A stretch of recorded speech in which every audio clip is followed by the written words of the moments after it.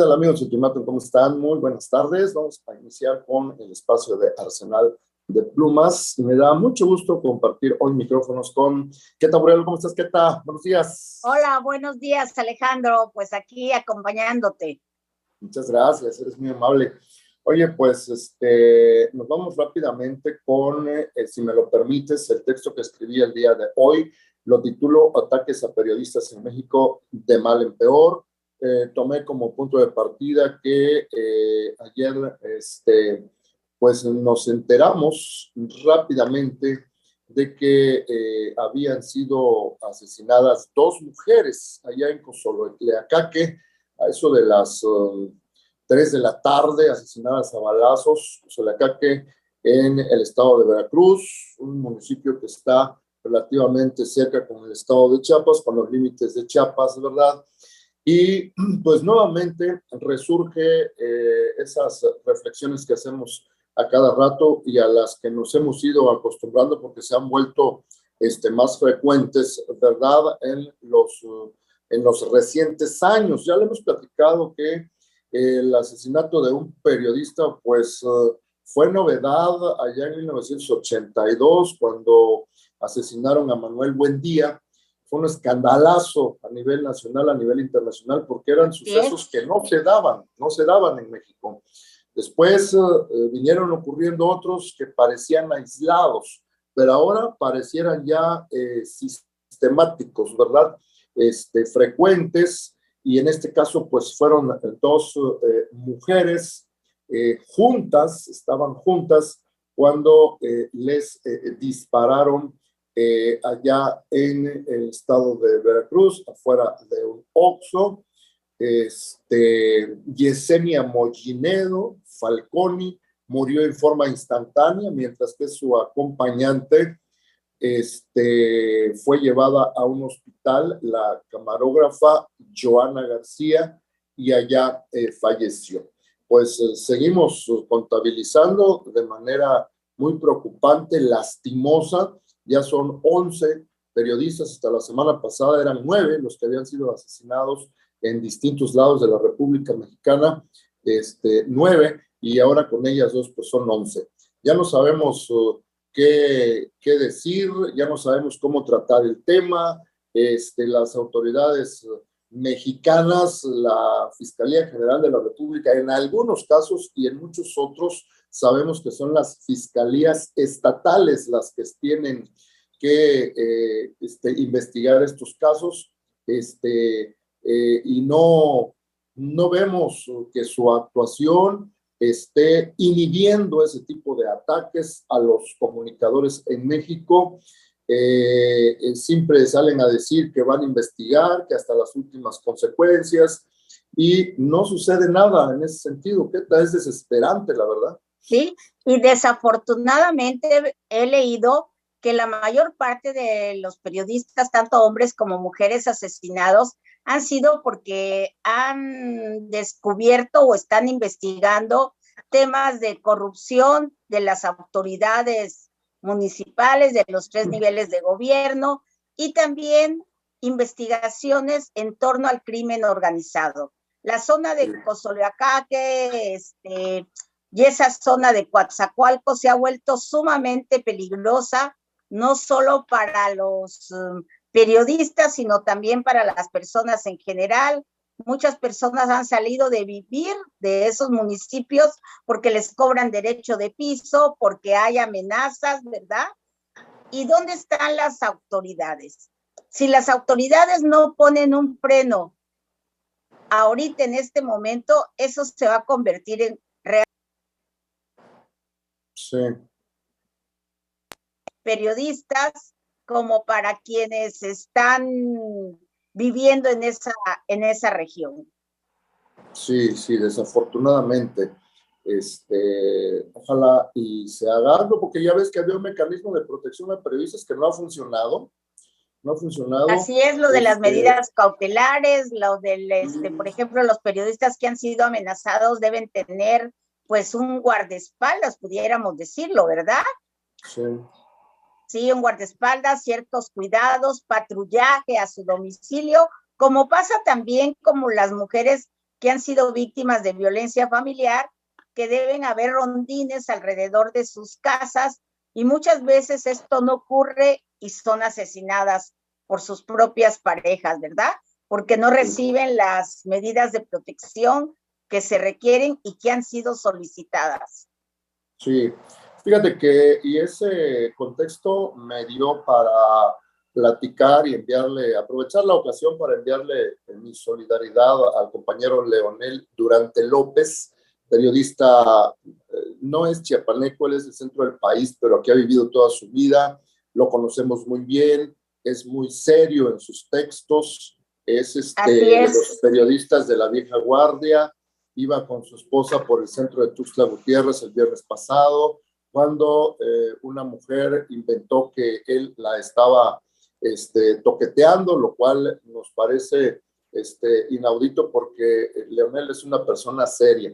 Entonces, resulta que un grupo de personas, bajo ese argumento que todos suponemos era falso, porque la denunciante momentánea, espontánea, pues desapareció y solamente les dejó ahí a un grupo de rufianes para estar golpeando, insultando a Leonel. Dicen que lo fueron persiguiendo varias cuadras y él terminó en un hospital, ¿no? Entonces, nuestra solidaridad con él, esperamos que se recupere pronto y ojalá que las autoridades correspondientes hagan su trabajo. Tengo entendido que ya presentaron una denuncia a donde corresponde, que es la Fiscalía General del Estado, para que ellos investiguen. Por ahí hay cámaras de grabación, de videovigilancia a cada corto tramo. Si no son de la policía, pues son de los negocios de ahí. Seguramente ahí quedaron registrados los hechos de ese día. Y fíjate, paréntesis, tengo entendido que en el gobierno anterior, bueno, hace 2 trienios, cuando estaba Fernando Castellanos Calimayor, ya ves que fue el trienio en donde se expandió mayormente el ambulantaje ahí en el centro, y estaban mayormente representados los ambulantes por miembros de Antorcha Campesina, que era una organización aliada de Fernando Castellanos. Y bueno, pero eso permitía que las banquetas estuvieran ocupadas por los vendedores, que las gentes que llegaban a comprar pues se amontonaran en los pocos pasillos que le quedaban, los pocos espacios para poder caminar. Los carros pasaban rozando casi a la gente que iba caminando.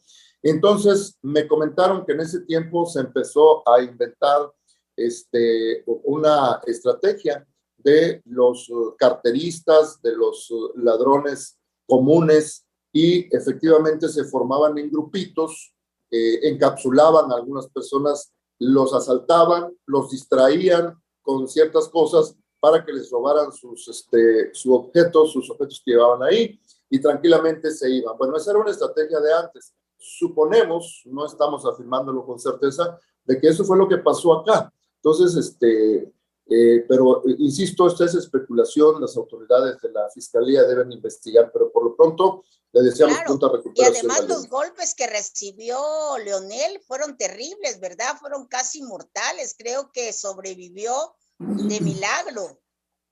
Sí, porque pues tiene otras dolencias que se le incrementaron, como la diabetes, creo que es hipertenso, y todo eso lo vino a complicar. Y yo creo que esas circunstancias entran en aquel concepto, ¿te acuerdas? De que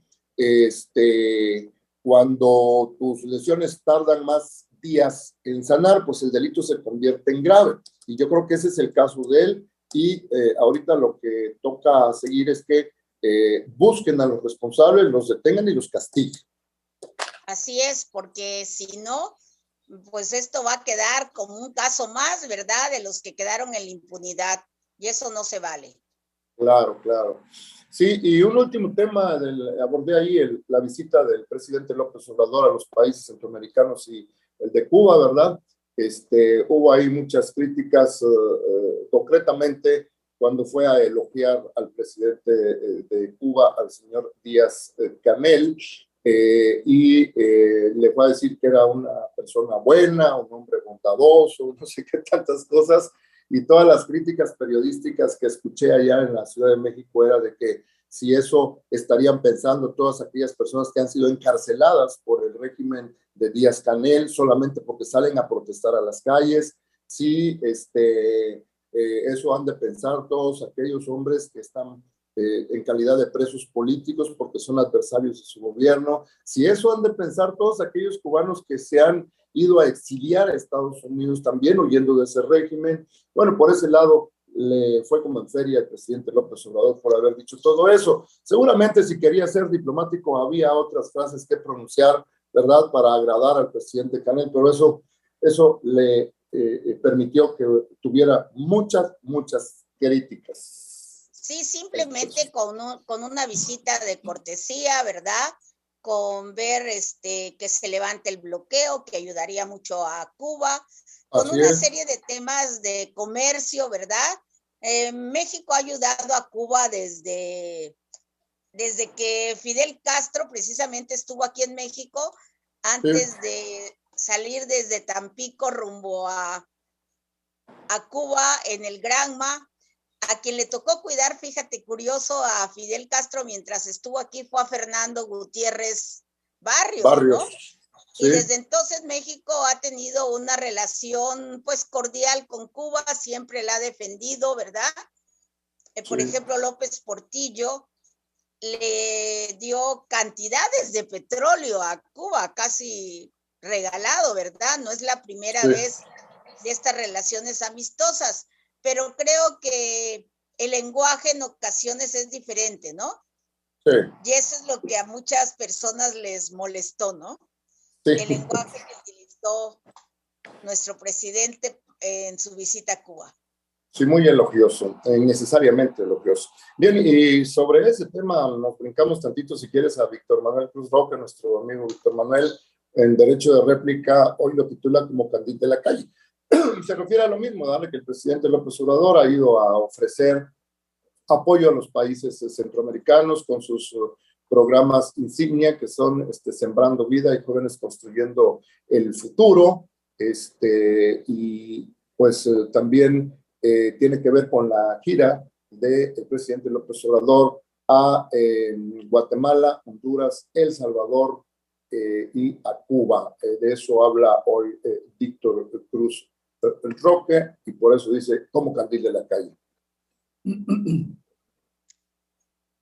Así es tratando de posicionarse, ¿verdad?, como un líder en esta zona, como lo comentábamos también el otro día, ¿verdad?, que hubo una columna en torno a ello, pues salió a darse su vuelta por Centroamérica. A ver, ves que el presidente no es muy afín a los viajes.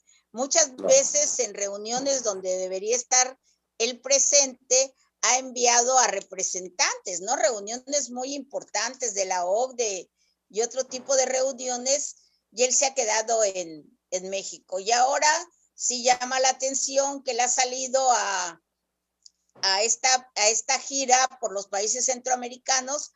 Sobre todo, yo creo que el propósito es atender el tema de migrantes, ¿no? Sí, porque también recibimos presiones de nuestro vecino, y yo creo que ese es el propósito principal, de qué manera los habitantes de Salvador, Honduras, Guatemala, ¿verdad? Sí. Puedan encontrar programas parecidos a los mexicanos, ¿verdad?, que les permitan quedarse en casa. Sí, claro, pero fíjate que yo creo que la idea es buena del presidente, estar proponiendo esas cosas, estar sugiriendo que se pongan en práctica los programas que él cree están funcionando aquí, como el Sembrando Vida y Jóvenes Construyendo el Futuro, incluso que les regale el proyecto si lo tienen escrito, ¿verdad? Lo que no veo bien es que está ofreciendo dinero, porque dinero es de lo que carecemos los mexicanos para resolver muchos problemas que tenemos. Entonces, primero se deberían resolver los problemas internos de México y después los de allá. La sugerencia me parece buena, que le regale el proyecto si lo tienen por ahí escrito, pero allá el dinero que lo proporcionen los propios gobiernos de sus propias naciones. Ellos es también, que ya hubo una donación hace, no sé, cerca de un año a El Salvador. Sí. Para que iniciaran el programa, no sé si el de creo que el de Sembrando Vida, ¿no? Sí, así es. Creo que ese era el propósito. Así es, pero pues le destinemos el mayor número de recursos a nuestros problemas, yo creo, primero, ¿no? Mira, nos pasemos entonces con la columna de nuestro director, Ahmed Samayoa, Tarot Político, Fallida Estrategia. Así muy cortita el título, pero muy concreto y contundente. Se refiere a que la Guardia Nacional, por más que nos hayan vendido como una idea novedosa, viable, que iba a venir a mejorar las cosas de seguridad, bueno, todo lo que argumentó el presidente López Obrador cuando mandó la iniciativa de ley para que se creara la Guardia Nacional y se desapareciera la Secretaría de Seguridad del Gobierno Federal, pues terminó siendo fallida. Ya es lo que analiza aquí Ahmed Samayoa, que ya lleva más de 3 años la Guardia Nacional, no ha funcionado, no ha dado los frutos que se esperaban. El propio presidente López Obrador, no sé si lo recuerdas, que hace como 4 o 5 meses dijo que iba a mandar una iniciativa de ley para que la Guardia Nacional cambie de figura y que es una de las iniciativas de reforma constitucional que él tiene pendientes, va a mandar al Congreso, pues porque ya se convenció que la estructura que se le había dado a la Guardia Nacional pues tampoco está funcionando para brindarnos seguridad, ¿verdad? Bueno, pues eso habla aquí Ahmed Samayoa, institución fallida, los pocos éxitos que han tenido, inclusive se han detectado violación a derechos humanos, muchísimo presupuesto, 32,000 millones de pesos destinados a la Guardia Nacional y resulta que no hemos tenido la disminución de los índices de inseguridad pública que hubiésemos querido. Así es, desde siempre hubo ciertas reservas sobre este programa de la Guardia Nacional, ¿no? Y también ha habido muchas reservas en cuanto a que, y desde hace muchos años, cuando se empezó a incluir a los militares en la lucha contra el narcotráfico, porque son funciones diferentes las que desempeña la policía a las que desempeña el ejército, ¿no? Ya ahora pareciera que quiere incorporar a la Guardia Nacional al ejército, ¿no? Cuando las funciones son completamente diferentes. Necesitamos una policía capacitada, una policía con armamentos, ¿no? Con instrumentos necesarios, tanto estratégicos de capacitación como todos los instrumentos necesarios para que puedan hacer con éxito su papel, ¿no? Entonces ahorita ni lo uno ni lo otro, ¿no? Está así como que se quedó la Guardia Nacional en el limbo y además está cometiendo errores garrafales, ¿no? Como el asesinato de este estudiante, y ha habido otros casos similares que han sido llevados a ser cuestionados a derechos humanos, ¿no? Sí, así es. Aquí bien, pues debe replantear el tema de la Guardia Nacional, ¿verdad? ¿Cuál va a ser el propósito de la Guardia Nacional? Realmente una capacitación a fondo y la estrategia que deben de seguir. Así es. Bien, y en otra parte de su columna, Ahmed Samayoa publica de que algunas personas han estado por ahí usando el nombre del auditor superior del Estado, Uriel Estrada Martínez, pues para circunstancias anómalas, y él advierte que no se le debe dar credibilidad porque están tratando de sorprender a muchas personas para obtener algún beneficio político. Dice que eso no es cierto, que ya se lo ha informado el propio auditor y que todas las cosas que allí se hacen son transparentes y están publicadas en sus portales digitales. Ese es por un lado. Y de tarot y adivinanza, dice Ahmed, o se pregunta, ¿será cierto que en las encuestas rumbo al 24 al Boris Gleason sale muy bien? Ahí hace la interrogante. Sí, ahora están esto de las encuestas, ¿no? A la orden del día, yo creo que encuestas muy adelantadas. Sí, así es, pero no dejan de ser interesantes, ¿verdad? Porque, pues, aunque estén muy adelantadas, sí van configurando, ¿verdad? Ciertos grupos, sí van configurando ciertos nombres que a veces de la nada se van posicionando y cuando venimos a ver, resulta que a unos cuantos meses de que ya se celebren las elecciones constitucionales, pues ahí nos llevamos algunas sorpresas, ¿no? Que 3 años antes nos parecían impensables. Por eso creo que es interesante no dejar de ver. Lo hemos visto en Chiapas, lo hemos visto en varios estados, lo hemos visto a nivel nacional.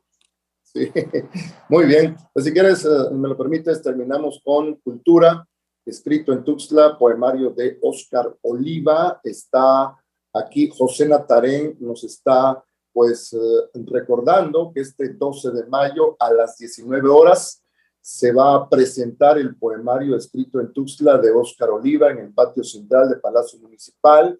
Es un evento organizado por el Ayuntamiento de Tuxtla Gutiérrez a través del Instituto Tuxtleco de Arte y Cultura, que van a participar Elda Pérez Guzmán, Carlos Gutiérrez Alfonso, Balam Rodrigo y el autor moderará Alfredo Palacios Espinosa y se estrenará la versión cantada del Vals Tuxtla a cargo de Jacinta Fuentes y el Cuarteto Clásico Municipal David Gómez Solana. Pues hay que echarse una vueltecita ahí el pasado mañana, jueves 12 de mayo, 7 de la noche, patio central de Palacio Municipal aquí en Tuxtla Gutiérrez. A mí me encanta Óscar Oliva, ¿verdad? Que formó parte del grupo Los Espigos Amotinados y es el sobreviviente chapaneco de este grupo, ¿verdad? Los otros dos eran Juan Bañuelos y Laco Cepeda, que desafortunadamente ya fallecieron, y sobreviven también Jaime Labastida y Cheley, que no son chapanecos, ¿verdad? Y Óscar se conserva muy bien, muy lúcido, pues todo este tiempo de la pandemia, ha dado talleres a través de Zoom, de poesía, ¿no? Y me encanta porque él está todavía muy lúcido. Este es un nuevo poemario que se va a presentar de Óscar Oliva. Así es, interesante entonces. Con eso terminamos, mi estimada Queta Burelo, muchas gracias. Bueno, pues muchas gracias. Ándale, pues, yo soy Alejandro Moguel, les agradecemos el favor de su atención. Hasta la próxima. Nos vemos.